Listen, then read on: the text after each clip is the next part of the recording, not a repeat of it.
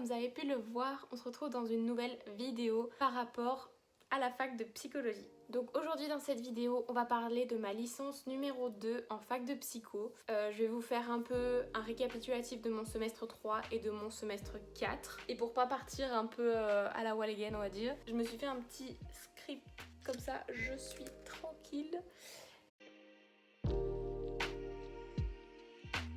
Alors tout d'abord, je vais commencer par vous présenter un peu les matières qu'on a dans le semestre numéro 3, en tout cas pour ma part en fac de psycho de Aix-Marseille. Donc c'est comme ça, je vais vous énumérer toutes les matières que j'ai eues et à quoi elles correspondent. Et je vais aussi vous mettre, alors je vais me décaler, je vais vous mettre juste là, en gros un récapitulatif de ce que je vais énumérer. C'est pour que vous ayez une idée visuelle, voilà. Donc pour débuter le semestre numéro 3 de ma L2 de la fac de psycho, on va commencer par la psychologie cognitive. Donc qu'est-ce que c'est la psychologie cognitive? Je vous mettrai la définition que j'ai trouvée ou alors que j'ai faite moi-même. La psychologie cognitive, en gros, c'est l'étude des fonctions psychologiques de l'être humain. Donc la mémoire, le langage, etc. Tout ce qui touche voilà, au fonctionnement psychologique. Donc voilà, ça c'est l'une des premières matières. Donc s'ensuit de la psychologie sociale, donc je vous mets ici aussi la définition. En gros, on étudie comment les pensées, les émotions et les comportements sont influencés par la présence réelle ou imaginaire d'une autre personne. Alors pour la neuroscience, on a vu la neuroanatomie fonctionnelle.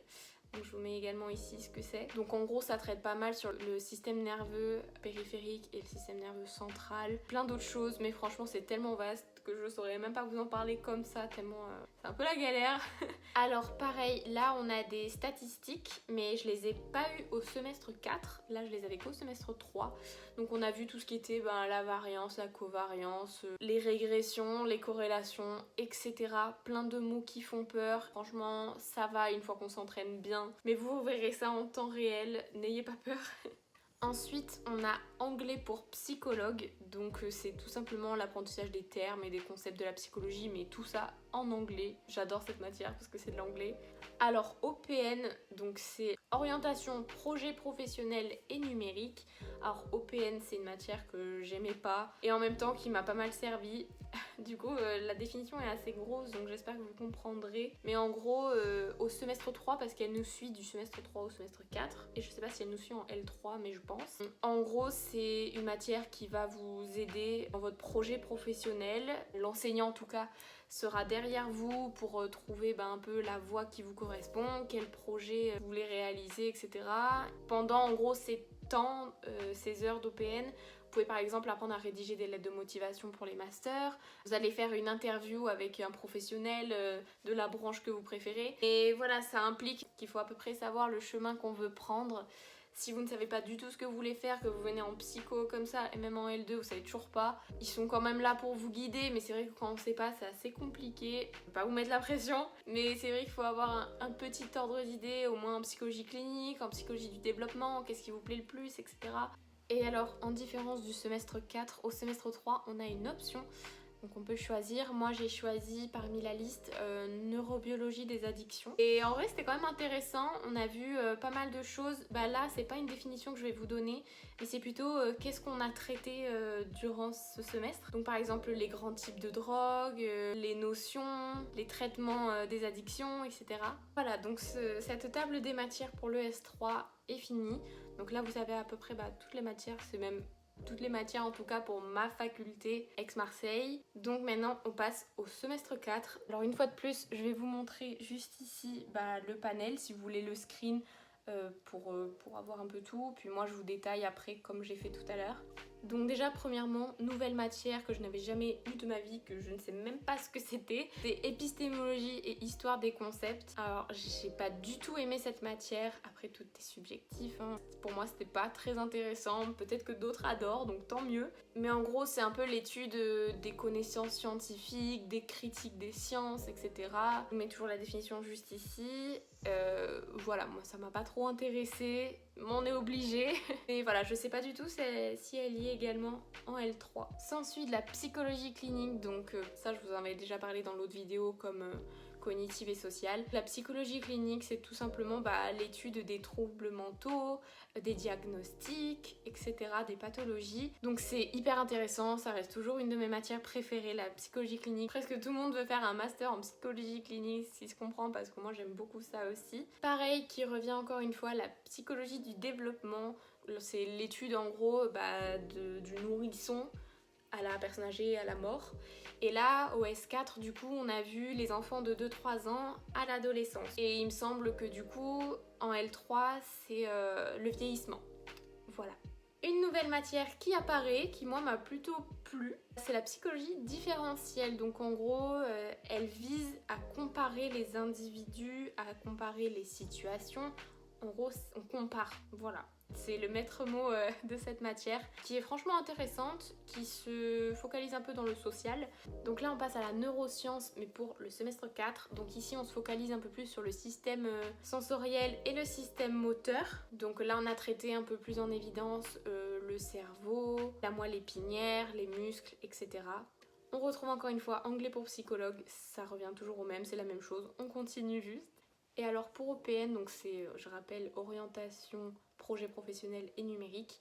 Là, on passe plutôt à la phase terminale. On est censé avoir déjà avancé dans notre projet et un peu exposer notre projet professionnel. C'est pas grave si vous n'avez toujours pas d'idée, vous inquiétez pas. Là en gros c'est un peu la finalité, l'aboutissement de beaucoup de recherches et il y a des dossiers à faire, il y a beaucoup de dossiers à faire en OPN. Donc au S3 c'est vrai que j'en ai pas parlé, mais il y a un dossier où en fait c'est un rapport d'étonnement si vous voulez. Par exemple vous voulez être dans la psychologie clinique en tant que psychologue clinicien.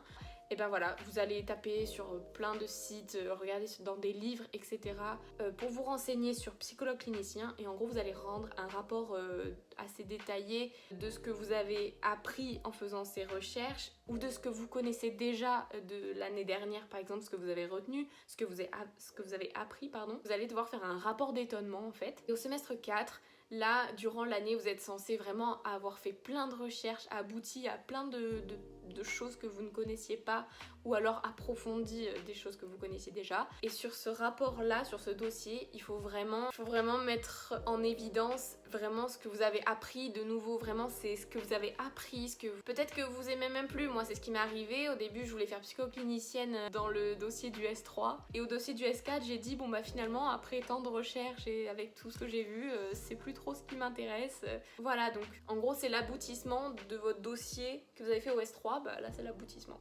Voilà. Donc on a fini de parler des matières. Normalement, je vous ai tout vu, vous avez pu screen normalement. Donc maintenant on va passer à tout ce qui est type de contrôle, les devoirs, les contrôles continus, contrôles terminaux, etc. Si vous n'êtes pas encore trop à l'aise avec ça, je vais vous le mettre de suite. Après, si vous avez déjà passé votre L1, normalement vous devez savoir tout ce que c'est. Je vais quand même le rappeler encore une fois.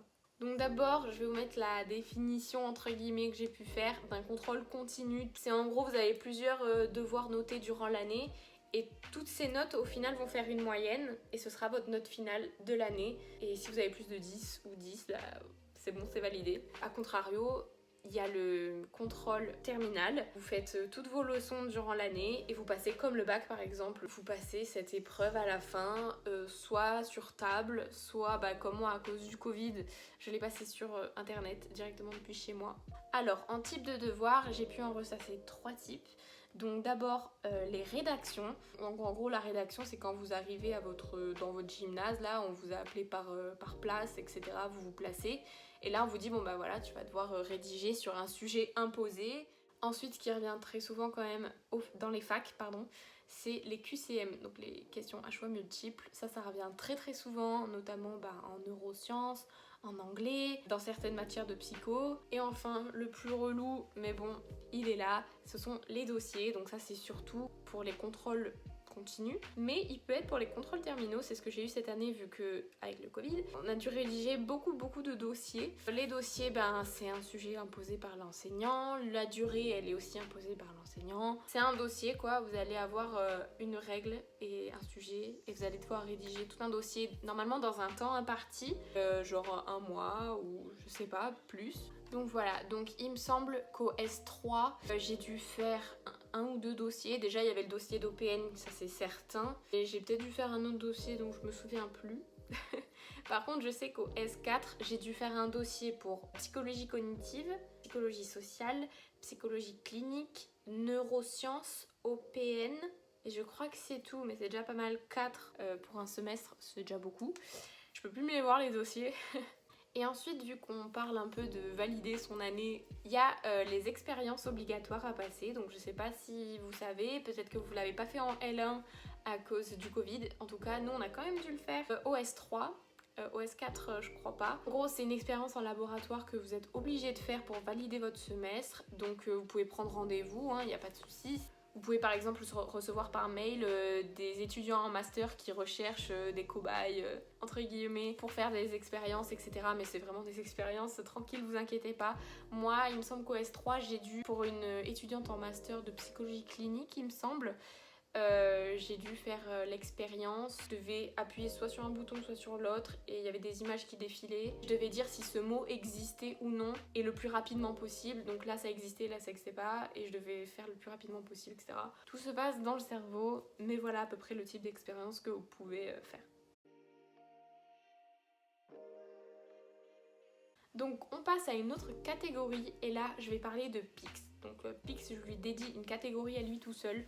Vraiment pour moi Pix c'était la pire chose à faire, vraiment c'est long, c'est pénible, il y a des choses qu'on sait déjà, des choses que j'ai quand même apprises. Donc en gros Pix, qu'est-ce que c'est? C'est des défis. Vous êtes obligé de l'avoir en L2 et il me semble en L3 aussi. Et à la fin, vous passez une certification. Donc en gros, c'est comme des contrôles continus et à la fin, pouf, il y a le bac. En gros, assez compliqué. Donc vous avez 16 défis à réaliser au total.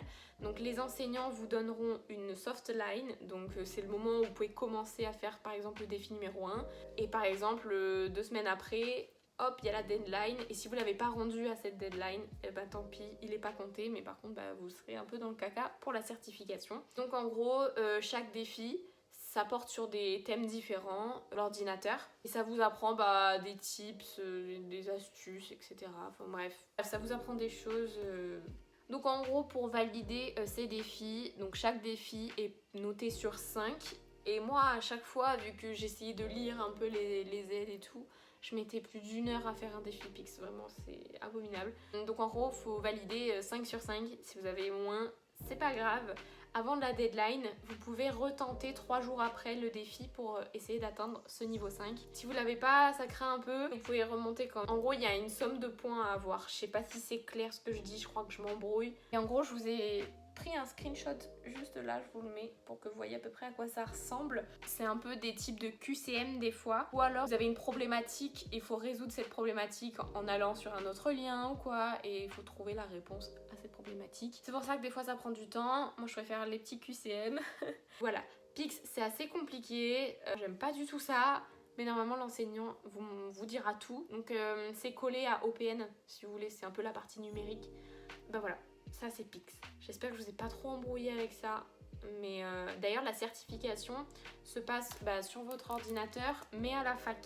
Bon, j'ai peur d'avoir été un peu rapide dans ce que je vous ai dit, mais il n'y a pas non plus à blablater 36 ans. Là, j'arrive plutôt à la partie de mon ressenti de cette L2, puis après je vous en dirai un peu plus dans la globalité, la L2 et la L3. Donc pour cette L2, ça a été très compliqué personnellement du fait du Covid. J'étais enfermée dans mon appartement parce qu'évidemment c'est la seule année où j'ai pris un appartement et c'est la seule année où je ne sortais pas à cause du Covid. Donc j'étais enfermée dans mon 17 mètres carrés, c'était très compliqué de participer encore aux cours parce que mentalement ça le fait plus trop. J'avais un travail à côté donc ça fait que j'avais encore moins de temps. Les dossiers à réaliser au semestre 4, vraiment le craquage, ça a été super dur. Je pense que les enseignants s'en sont quand même rendus compte. Je me dis heureusement qu'on a pu passer les examens chez soi parce que c'est quand même une source de stress en moins. On est tranquille, on n'a pas la prise de tête avec le Covid, pas Covid, aller à la fac, pas aller à la fac. Au moins on était chez nous, ça c'est vraiment la bonne nouvelle. Et c'est d'ailleurs pour ça que vous annoncez une petite nouvelle à la fin de cette vidéo. La L2 était super compliquée, même si elle était assez intéressante. Il y avait des nouvelles matières que j'avais jamais vues de ma vie. C'était quand même hyper intéressant, mais j'avoue que les conditions n'étaient pas là quoi. Mais si vous avez la chance de retourner à la fac, Franchement, c'est une super filière psycho. C'est vaste. Même si vous voulez vous réorienter, bah, vous perdez pas ce que vous avez appris en psycho parce que c'est tellement général, c'est tellement sur l'être humain qu'au final vous perdez rien. Donc ça, c'est vraiment le top par rapport à ça. Et donc pour revenir à ces 2 ans passés en fac de psychologie, si je devais retenir quand même les bonnes choses, ben c'est que j'aime beaucoup la fac, la psycho c'est vraiment top à apprendre, c'est général, on en apprend mais on apprend tellement de choses parce que c'est rien de perdu, c'est tellement, voilà, c'est général, on n'est pas sur un truc hyper précis ou quoi comme en médecine, bon ça n'a rien à voir mais vous avez compris, enfin bref. Je vais arrêter de blablater parce que je parle beaucoup trop. Et du coup, je vais faire une petite transition. Donc pour cette L3, ben je ne la ferai pas. J'ai pris une année sabbatique pour la L3. Donc en gros, bah, j'ai fini ma L2, j'ai validé ma L2 bien évidemment, je crois que je vous l'avais pas dit, mais je l'ai validée. Et j'ai décidé de faire une pause, prendre une année sabbatique pendant 1 an. Je vais partir en Angleterre, faire fille au père, dans une petite famille très sympa. Je vais vous filmer bien sûr le départ et je vais vous filmer mes journées là-bas. Donc c'est un peu la petite transition ici que je vous fais, mais je vous ferai une vidéo bien plus détaillée d'ici quelques semaines. Donc je pars le 27 août si tout va bien. Donc normalement il y aura une vidéo qui sortira avant cette date-là pour vous expliquer un peu ce que je vais faire. Mais si ça vous intéresse, ben n'hésitez pas à vous abonner à cette chaîne. En tout cas, moi j'espère que cette vidéo vous a plu et qu'elle vous a un peu appris des choses sur la L2. Si vous avez validé votre L1 et que vous savez pas trop à quoi vous attendre, bah voilà, j'espère que ça a pu vous servir. N'hésitez pas à me dire ça dans les commentaires, qu'est-ce que vous faites vous l'année prochaine. Voilà, en tout cas, bah, laissez un petit pouce bleu pour m'aider et à vous abonner si vous voulez, il n'y a pas de souci. Moi en tout cas je vous fais plein de gros bisous et on se retrouve du coup dans pas très longtemps pour ma petite vidéo explicative de mon départ. Voilà, salut!